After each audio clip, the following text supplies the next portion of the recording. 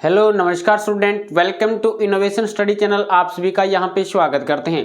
आज अपन संजीव डेसोवर का first model paper लेके आए हैं जो कि सॉल्वर्ड किया गया है। लेकिन काफ़ी सारे कमेंट भी आए कि सर जी जो पहला पार्टीशन है वो थोड़ा हार्ड है, इसलिए जो 1 से लेके 30 नंबर का काम है यानी 3 क्वेश्चन है वो हमें करा दीजिएगा। बाकी के तो अपन कर लेंगे, लेकिन कोई बात नहीं, वो आगे के भी आपको करवा दिए जाएंगे।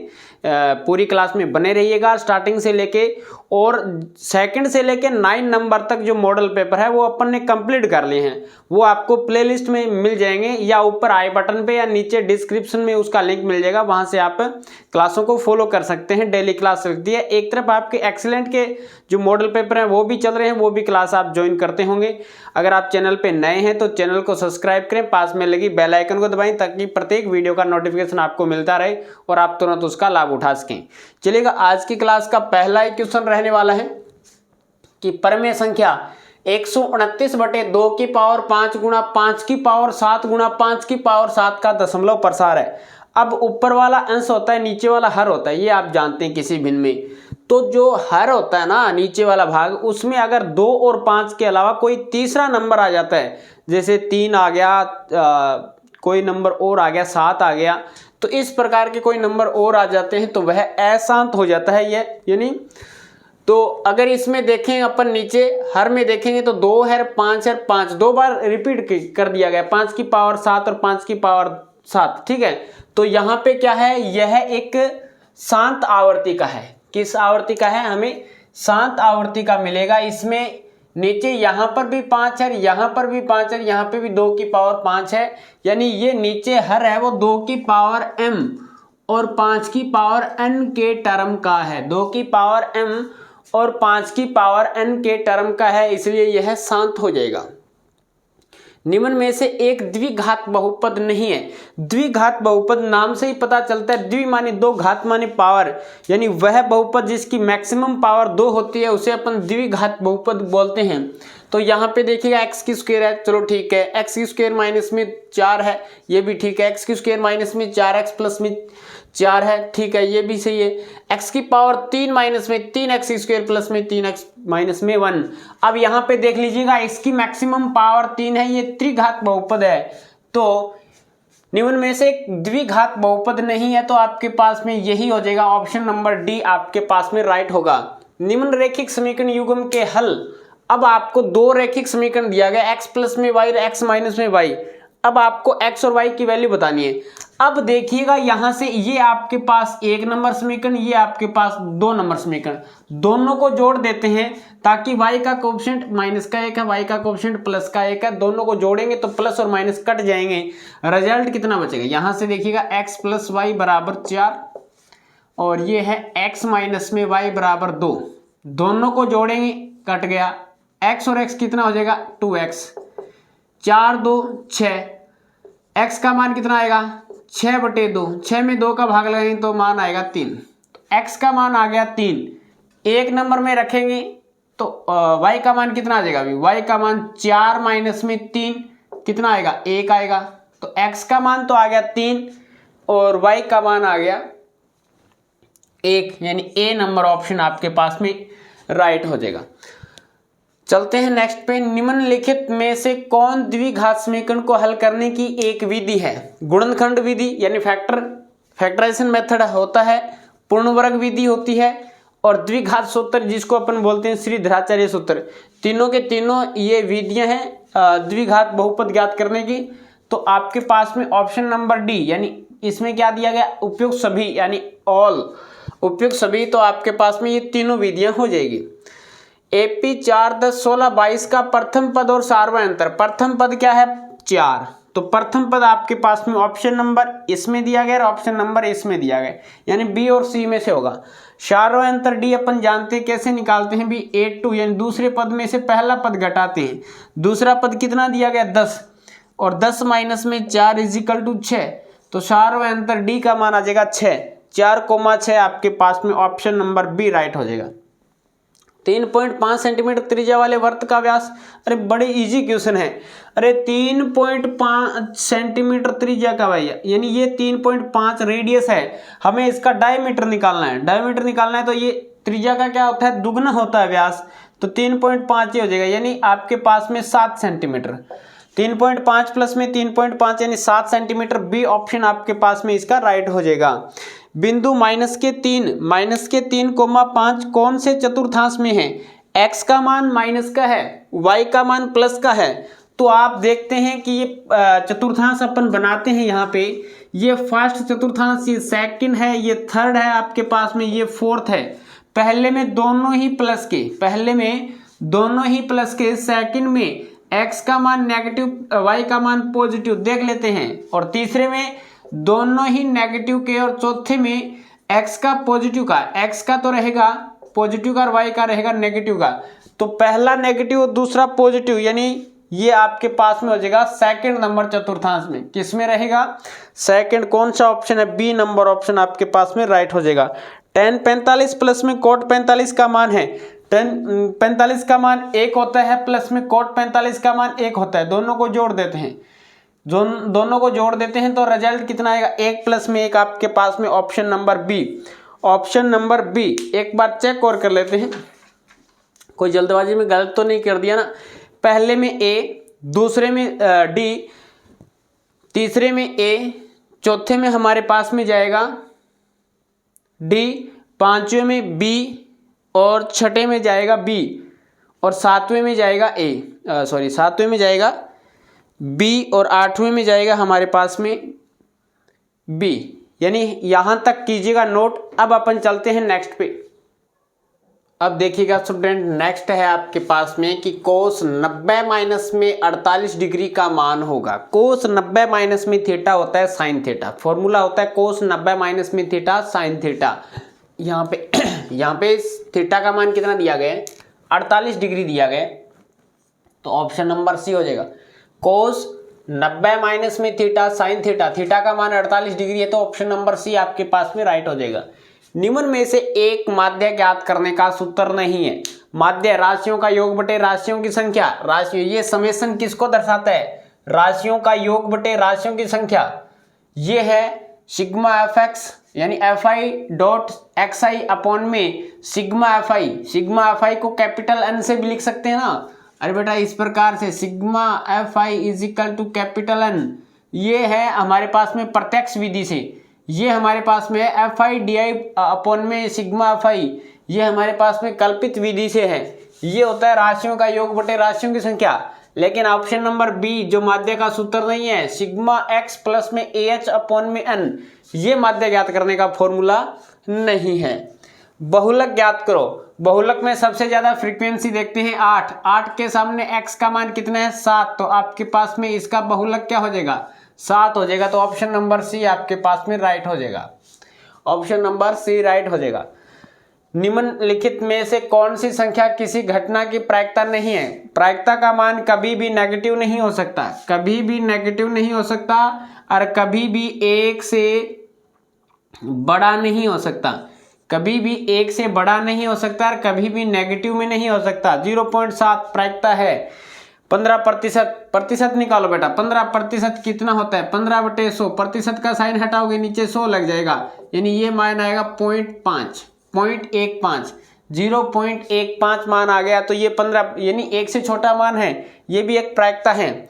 और यहाँ से देखिएगा माइनस के 1.5 वैसे भी बड़ा है और माइनस का नंबर आ गया, तो ये क्या है? निम्न में से प्रायिकता नहीं हो सकती, ये नहीं हो सकती। 2/3 1 से छोटा है मान, 2 में भाग लगाओ तो आएगा 0.6 आएगा। तो ये भी एक प्रायिकता है, ये भी एक प्रायिकता है, ये भी प्रायिकता है, लेकिन माइनस में कभी प्रायिकता नहीं हो सकती। पहला क्वेश्चन कंप्लीट हो गया। अब दूसरा क्वेश्चन स्टार्टअप करते हैं। यदि a1/a2 b1/b2 c1/c2 हो तो समीकरण निकाय का हल होगा। अब तीनों ही कंडीशन बराबर है तो दोनों लाइनिंग क्या आएगी? एक दूसरे के ऊपर आएगी, इसको अपन बोलते हैं संपाती। संपाती आएगी तो इसका हल क्या हो जाएगा? अपरिमित रूप से अनेक हल हो जाएंगे, और समीकरण निकाय का हल होगा संगत। क्या होगा? संगत हल होगा, और अपरिमित रूप से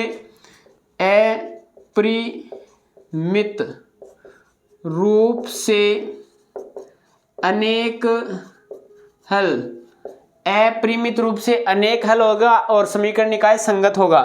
AP 10 8 6 4 का 7वां पद होगा। क्या 7वां पद पूछा है हमें A7 का मान पूछा है। A7 होता है A प्लस में 6D, A प्लस में 6D।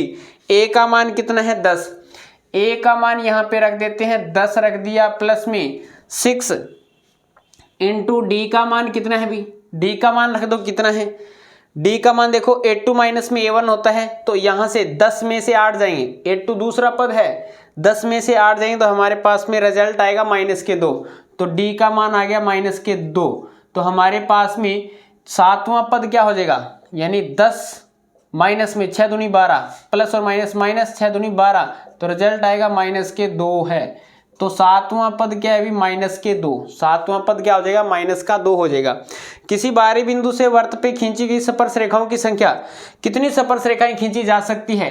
ये आपके पास में कोई वृत्त है और ये कोई बिंदु P है, इससे केवल और केवल 2 स्पर्श रेखाएं खींच सकते हैं। कितनी, 2 स्पर्श रेखाएं खींच सकते हैं। इस प्रकार से ये कितनी स्पर्श रेखाएं आएंगी, 2 स्पर्श रेखाएं आएंगी। तो वृत्त पे केवल और केवल 2 स्पर्श रेखाएं खींची जा सकती हैं। निर्देशांक ज्यामिति में 2 बिंदुओं के बीच की दूरी का सूत्र, 2 बिंदुओं के बीच की दूरी का सूत्र होता है हमारे पास में PQ। क्या होता है, PQ is equal to root में ये आएगा x2 माइनस में x1 का whole square plus y2 minus में y1 का होल स्क्वायर। और फॉर्मूले की क्लास अपन ने अच्छे से एक कवर किया है पूरी क्लास में। एक क्लास में पूरी मैथ का जो फॉर्मूला है, जितने भी आपके 10 के 10 चैप्टर लगते हैं वो अपन ने कंप्लीट किए हैं अच्छे से। वहाँ से जाके देखिएगा, ट्रिग्नोमेट्री के भी अच्छे तरीके से आपको फॉर्मूले समझाए गए हैं। वहाँ पे आपको टेबल भी समझाई गई है। एक बार समझ लोगे किस प्रकार से टेबल बनती है तो आप जिंदगी भर नहीं भूलोगे वहाँ से। तो प्ले लिस्ट में आपको वो क्लास भी जरूर मिलेगी।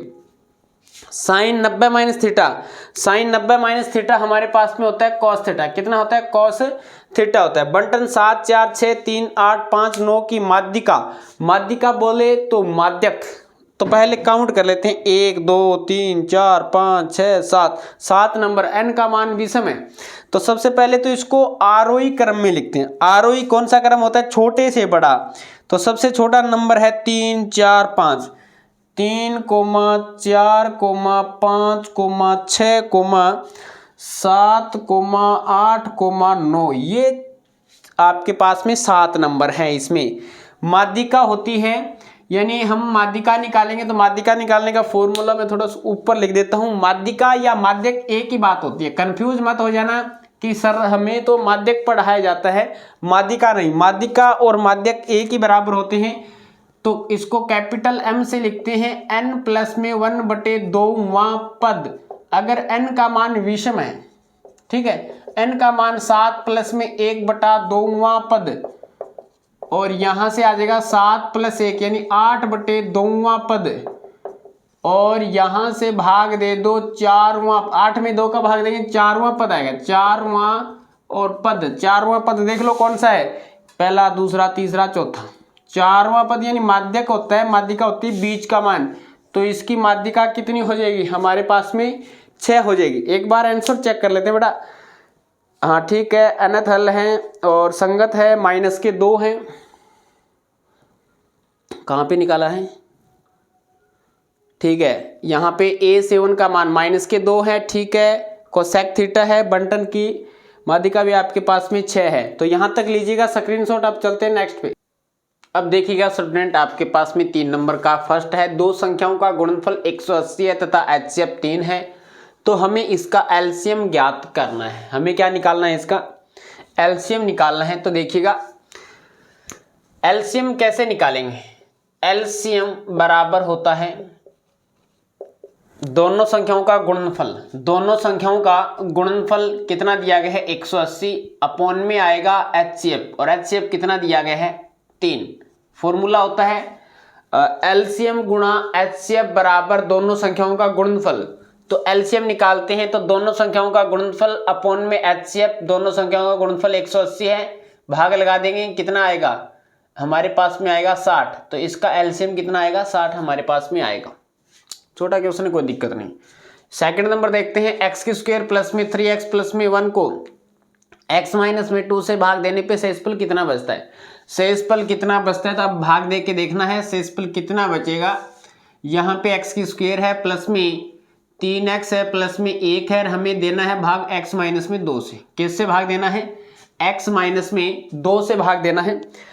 तो देखिएगा क्या करते हैं अपन, सबसे पहले x को x की स्क्वायर बनाते हैं, x को x की स्क्वायर बनाते हैं। तो यहां से क्या करेंगे, x से मल्टीप्लाई करते हैं, यहां से x से मल्टीप्लाई करेंगे तो ये बनेगा हमारे पास में x की स्क्वायर माइनस में 2x, माइनस में 2x। अब इसको काटें घटाएंगे तो ये माइनस ये प्लस ये कट जाएगा, कितना आएगा हमारे पास में 3 और 2 5x, 5x प्लस में 1। अब अपन क्या करेंगे, 5 से गुणा कर देंगे, इसको प्लस 5 से गुणा करेंगे तो ये बनेगा 5x माइनस में 5 दूनी 10, माइनस में 5 दूनी 10, माइनस ये प्लस ये हमारे पास में नंबर कट जाएगी। तो ये हमारे पास कितना आएगा अभी, प्लस का 1 और प्लस के 10 प्लस के 11 is equal to remainder, remainder यानी शेषफल आपके पास में ये बचेगा 11। हमारे पास में क्या बचेगा, शेषफल बचेगा। इसका 3 नंबर है, बहुपद में शून्यकों का योग तथा गुणनफल। शून्यकों का योग होता है अल्फा, माना 2 शून्यक हैं अल्फा और बीटा। अल्फा और बीटा क्या होता है, x का गुणांक माइनस में x का गुणांक यानी b अपॉन में x की स्क्वायर का गुणांक यानी हमारे पास में आएगा a। तो ये देखिएगा यहाँ से माइनस एक फॉर्मूले का, एक यहाँ से ऑलरेडी माइनस का दिया गया है 6, a का मान है 1 तो माइनस और माइनस प्लस का 6/1 यानी रिजल्ट आएगा 6, रिजल्ट आएगा 6। Alpha dot beta, alpha dot beta यानी c/a, c/a यानी 7/1, 7/1 यानी हमारे पास में आएगा 7। तो शून्यकों का योग तो आ जाएगा हमारे पास में 6 और शून्यकों का गुणनफल कितना आ जाएगा, 7 आ जाएगा। इससे नेक्स्ट है दो चरों वाले समीकरण निकाय का हल, अद्वितीय होने की शर्त। अद्वितीय कब होता है, जब दोनों लाइनिंग काटते हैं, जब दोनों लाइनिंग क्रॉस करती है तो अपन लिखेंगे अद्वितीय होने की चर। हमारे पास में कोई भी 2 समीकरण लिख लेते हैं और ये कंडीशन जैसे a1x प्लस में b1y प्लस में c1 इज इक्वल टू 0 एक नंबर इक्वेशन है, और सेकंड है a2x प्लस में b2y प्लस में c2 is equal to 0 equation number 2 है। समीकरण 1 और 2 से हमारे पास में कंडीशन a1/a2 नॉट इक्वल है, a1/a2 नॉट इक्वल है b1/b2, नॉट इक्वल है b1/b2 हमारे पास में। यानी अद्वितीय हल होने की शर्त क्या होती है, जो पहली कंडीशन बराबर नहीं होती है, यानी रेखाएं प्रतिच्छेद करती हैं, रेखाएं प्रतिच्छेद करती है। तो ये 3 नंबर के 4 नंबर क्वेश्चन तक कंप्लीट हो चुका है, यहाँ इसका स्क्रीनशॉट लीजिएगा। अब अपन चलते हैं नेक्स्ट पे। अब देखिएगा नेक्स्ट क्वेश्चन है आपके पास में 5 नंबर के, द्विघात समीकरण के मूलों का योग ज्ञात कीजिए। मूलों का योग ज्ञात करना है हमें, यानी हमें तो अल्फा प्लस बीटा का मान लेके आना है। अल्फा प्लस बीटा का मान होता है माइनस का b/a, और माइनस का b यानी माइनस का b का मान है 3/a का मान है 2, तो मूलों का योग हो जाएगा माइनस के 2/3। आगे है 6 नंबर इधर है, ठीक है। द्विघात समीकरण के मूल ज्ञात करने के लिए श्रीधराचार्य सूत्र, श्रीधराचार्य या कई बार ऐसे भी आ सकता है कि द्विघात सूत्र लिखिए, तो बच्चे कंफ्यूज हो जाते हैं कि सर जी द्विघात सूत्र कौन सा है, हमने तो श्रीधराचार्य सूत्र पढ़ा है। तो द्विघात सूत्र या श्रीधराचार्य सूत्र एक ही बात होती है बेटा, यानी x का मान निकालने के लिए अपन लिखते हैं माइनस का b प्लस माइनस में रूट में ये आएगा b² माइनस में 4ac अपॉन में यहाँ पे आएगा 2a, ये फॉर्मूला है, ठीक है।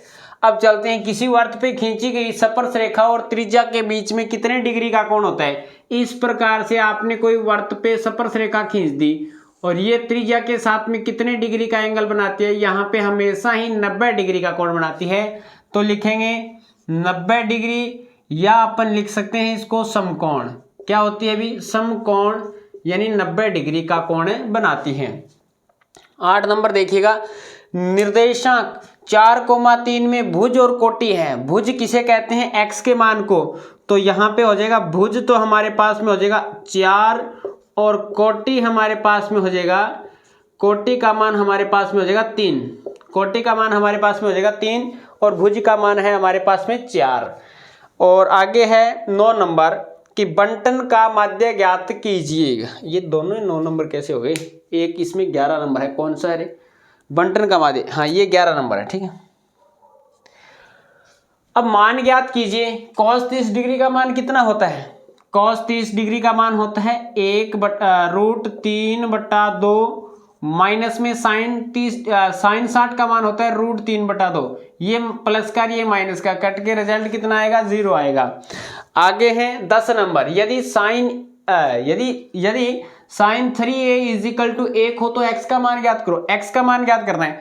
अब मेरे को ये बताइएगा साइन की टर्म में a किसका मान होता है? साइन की टर्म में a किसका मान होता है? तो अपन इसको लिख सकते हैं, 1 को साइन 90 डिग्री लिख सकते हैं क्या? भी साइन 90 का मान 1 होता है, साइन से साइन कैंसिल हो जाएगा, रिजल्ट आएगा 3x बराबर 90। 3x बराबर 90 डिग्री, तो x का मान कितना हो जाएगा? 90 डिग्री बटे 3। 90 डिग्री बटे 3 यानी हमारे पास में आएगा 30 डिग्री। रिजल्ट कितना आएगा? x का मान कितना आएगा? 30 डिग्री आ जाएगा। बंटन का माध्य ज्ञात कीजिए। राशियों का योग बटे राशियों की संख्या। माध्य होता है x बार इजिकल टू, जोड़ दो, 10 + 12 + 8 + 7 + 13 बटा कितना है? 5। राशियों का योग बटे राशियों की संख्या है 5। 13 और 7 20, 20 और 20 40, 40 और 10 50, यानी 50 बटे 5 यानी हमारे पास में आ जाएगा 10। इसका राशियों इनका माध्य कितना आएगा? 10 आएगा। इनको जोड़ोगे 50 आएगा, 50 में 5 का भाग लगाएंगे 10 आएगा। अब लास्ट है इसका, यदि एक सिक्के को उछाला जाता है तो चित्त और पट आने की संभावना। चित्त और पट आने की संभावना क्या होगी, या इसकी प्रायिकता क्या होगी? प्रायिकता को ही अपन संभावना बोलते हैं। प्रायिकता संभावना ही व्यक्त की जाती है, ठीक है, प्रायिकता मान। अब चित्त और पट, किसी एक कॉइन को या सिक्के को उछाला जाता है, एक साइड हेड होता है, एक साइड टेल होता है, चित्त और पट होता है, ठीक है।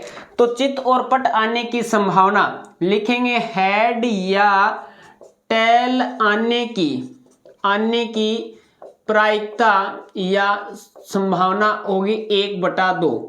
क्या होगी? दोनों की कंडीशन 1/2 होगी। या तो चित्त या पट आने की संभावना क्या होगी? टोटल परिणाम, यानी अनुकूल परिणाम बटे टोटल परिणाम होते हैं। तो अनुकूल परिणाम एक ही हेड होता है, एक ही टेल होता है, तो 1/, टोटल परिणाम कितने हो गए? 2 हो गए। तो इसकी जो प्रायिकता होगी वो 1/2 हो जाएगी। तो इस प्रकार से हमारा ये 3 नंबर क्वेश्चन तक कंप्लीट हो चुका है। क्लास कैसी लगी कमेंट बॉक्स में जरूर बताइएगा। अब अपन इसके बाद में अगर आप बोलोगे तो इसका सेकंड पार्ट, थर्ड पार्ट और फोर्थ पार्ट भी करवा देंगे। और जो एक्सीलेंट में जो 4 मॉडल पेपर दिए गए वो काफ़ी इंपॉर्टेंट है और थोड़ा सा लेवल भी इसका हार्ड है, वो भी अपन कवर करने वाले हैं। अगर आप चैनल पे नए हैं तो चैनल को सब्सक्राइब करें, पास में लगी बेल आइकन को दबाएं ताकि प्रत्येक वीडियो का नोटिफिकेशन आपके पास पहुंचे। चलिएगा, आज की क्लास में इतना ही। नेक्स्ट क्लास में मिलेंगे कुछ नए के साथ। जय हिंद, जय भारत।